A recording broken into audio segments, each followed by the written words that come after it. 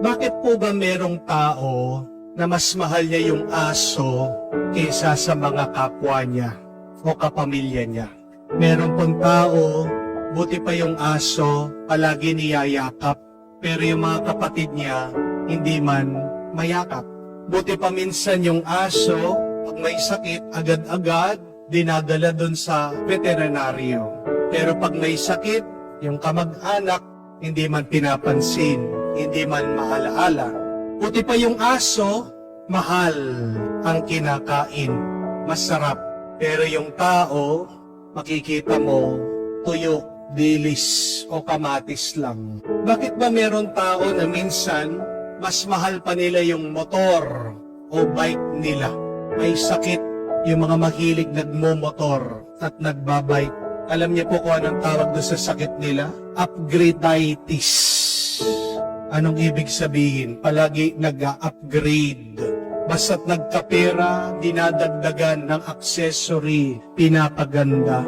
Buti pa yung motor, buti pa yung bisikleta, maganda. Magandang tignan. Pero pagpasok mo doon sa kanilang kabahayan, hindi man mapagawa yung kanilang bubungan. Minsan buti pa yung motor, meron kang panggastos, panggasolina.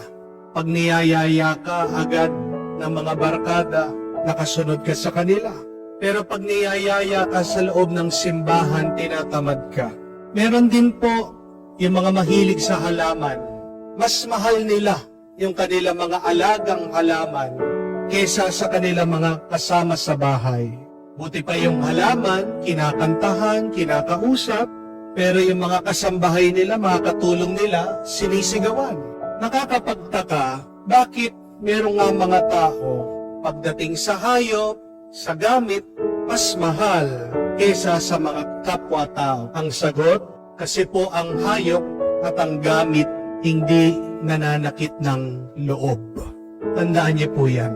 Pag merong tao na mas mahal niya yung aso, yung bisikleta niya, yung halaman niya, o ano pa yung ari-arian niya, yung taong yan nasaktan ng iba.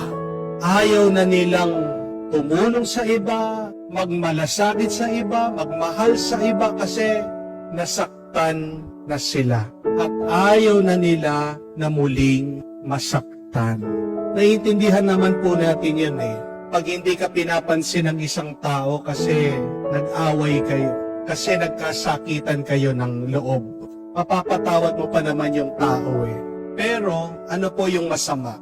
Ay yung naging mabuti ka sa isang tao, tinulungan mo ang isang tao, pero hindi ka pinapansin, ini-snub ka. Yun po yung masama. Yun yung malala. Kamukha po sa ating Panginoon. Dito sa ating nabasang ebanghelyo, buti na lang po ang templo. Pinagmamasdan, pinapansin, tinitignan ng mga Hudyo, namamangha sila doon sa marmol, sa mga inalay na ginto. Pero nandun ang ating Panginoon. Hindi man nila mabigyan ng pansin yung kanyang mga milagro na ginawa, yung kanyang kabutihang loob, yung kanyang pagtulong sa iba. Ini-snub siya. Yun yung masakit. Mga kapatid, meron pa pong mas mahalaga kesa sa gamit. Meron pa pong mas mahalaga sa mga kayamanan o ari-arian ng ating buhay. Tandaan natin ang Diyos nandiriyan. Kung wala ang Diyos, wala ang buhay na ito. Kung wala ang Diyos, wala ang mga gamit na yan. Kung wala ang Diyos, wala tayong karanasan. Bakit ba hindi natin mapansin at mamangha tayo sa kabutihan na ginagawa ng Diyos araw-araw sa ating buhay? Bakit ba hindi natin makita minsan ng Diyos sa ating karanasan? Tatlong dahilan. Una, baka may galit ka sa iyong puso.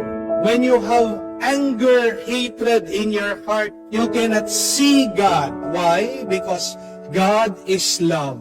Do you want to see God? Do you want to experience the divine? Remove that anger. Learn to forgive. Throw away your hatred. Start loving.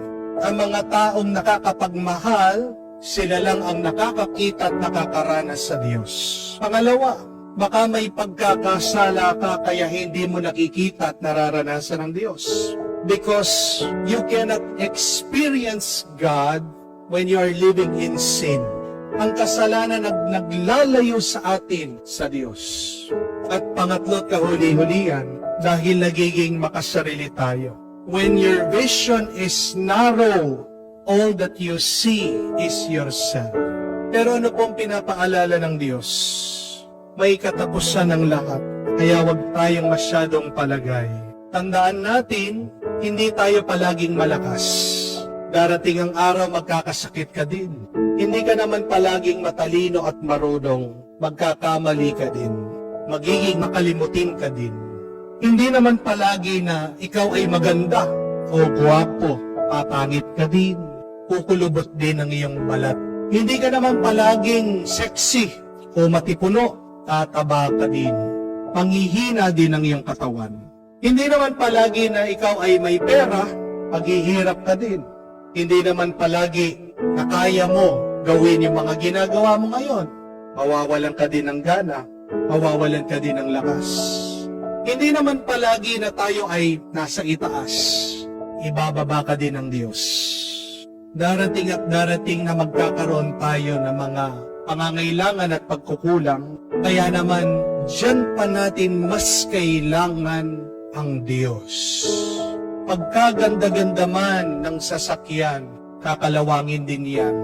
Pagkaganda-ganda ng iyong damit, mabubutas din yan. At kahit na perpekto ang buhay mo ngayon, tandaan mo, magkakaroon at magkakaroon ka ng pangangailangan, ng problema, ng pagsubok.